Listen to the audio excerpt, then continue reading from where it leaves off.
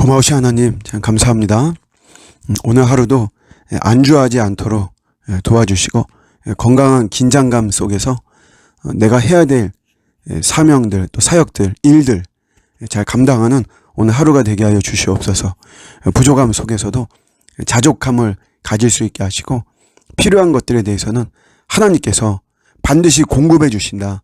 이런 믿음을 가지고 우리가 뭐 두려워하거나 낙심하거나 지레짐작해서 부정적으로 나가지 않도록 도우시고 항상 함께 하실 하나님을 신뢰하며 나가는 하루가 되게 하여 주시옵소서.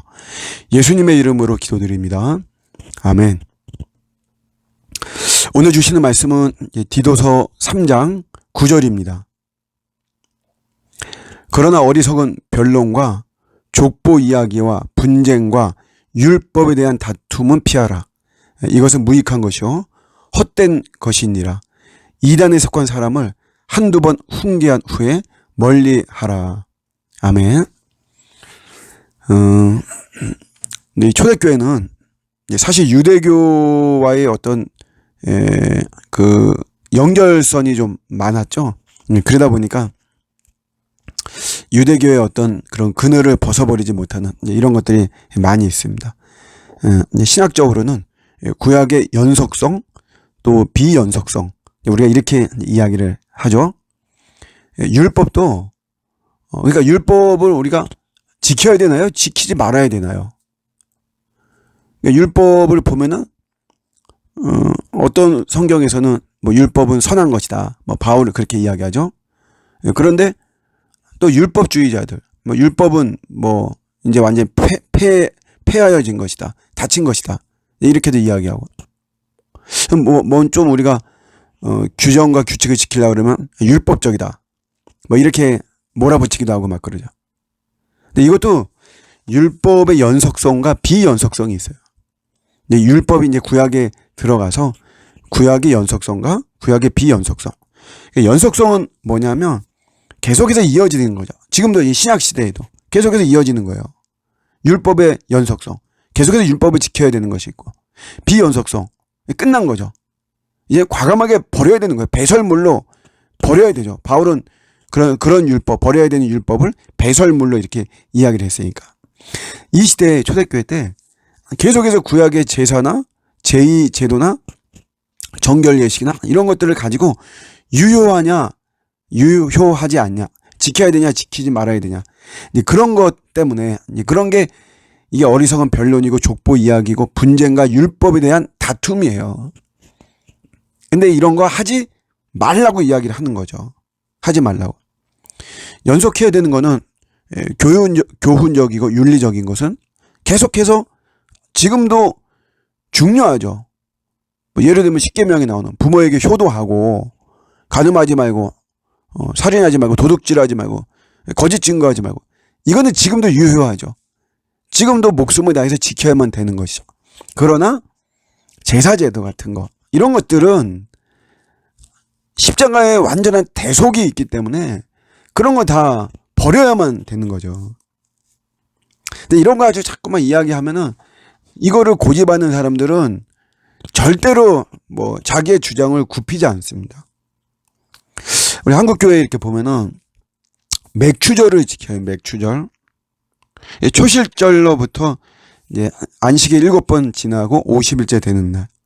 이게 말하자면 밀을 거두는 절기거든요. 이게 우리가 몰랐을 때는 교회에서 이런 걸 지켰지만 지금은 아니죠. 지금은 우리가 뭐 밀을 거두는 이런 절기도 아니잖아요. 공식적으로 우리가 부활절, 또 성탄절, 그리고 추수감사절, 교회의 역사와 전통 속에서 자리 잡은 이렇게 하고 우리 성령 강림절, 교회의 탄생이니까 이렇게 하면 이게 어떤 의미가 있고 연속성이 있는데, 맥추절은 그런 게 아닌데 보면 계속해서 뭐 예전부터 내려오던 그냥 그걸 해가지고, 그러니까 뭐 맥추 헌금 그걸 왜 하는지도 모르기도 하고, 그거를 말하는 분들도 잘 몰라요. 맥추절이 뭐고 왜 필요하고, 그냥 단순히 어떤 하나의 그냥 교회력의 어떤 형식으로 생각을 하기도 하고, 그냥 뭐 예전부터 해왔던 거니까 괜히 건드리면 안 되니까 이런 식으로 하는 것들이 있습니다. 근데 이런 거 이제 된다 안 된다 그러면 또 이제 여기에 이런 그 변론이나 뭐 이런 거에 아주 민감한 사람들은 이제 이런 거 가지고 막 뭐라 그러죠. 그런 거 가지고 왈가왈부할 필요가 없다라고 이야기를 하는 것이죠. 특히 이제 2단이에요. 2단. 2단은 저도 2단 이런 사람들하고 뭐 몇 번 이야기도 하고 막 그랬지만 이게 잘 안 돼요. 이 사람들은 세뇌를 당한 겁니다. 복음을 믿음으로 수용한 것이 아니고 그들의 교리, 교주의 교리죠. 교주의 사상, 교주의 신념, 교주의 가르침을 세뇌를 당한 것이에요. 공산주의 마찬가지잖아요. 우리 사회가 뭐 주사파나 뭐 이런 거에 대해서 극도로 혐오하는 게 왜냐하면 이게 안 바뀌거든요. 왜냐하면 세뇌당한 거니까. 대화가 안 되는 거죠. 잘못하면 내가 이단하고 이제 우리가 또 열심히 있고 또 영혼을 사랑하는 마음에서 섣부르게 접근하고 이렇게 했다가 안 되거든요. 그럼 괜히 자괴감만 느낍니다. 내가 설득도 못 시키는, 야, 내가 뭐냐, 내가 이렇게 형편없는 자구나. 그런 거 아니거든요. 복음에 대한 자세는 우리가 부끄러워하지 않는 거예요. 내가 복음을 부끄러워하지 아니하노니 복음에는 생명을 살리는 그 영광과 능력이 있기 때문에 복음 부끄러워하지 않는 거죠.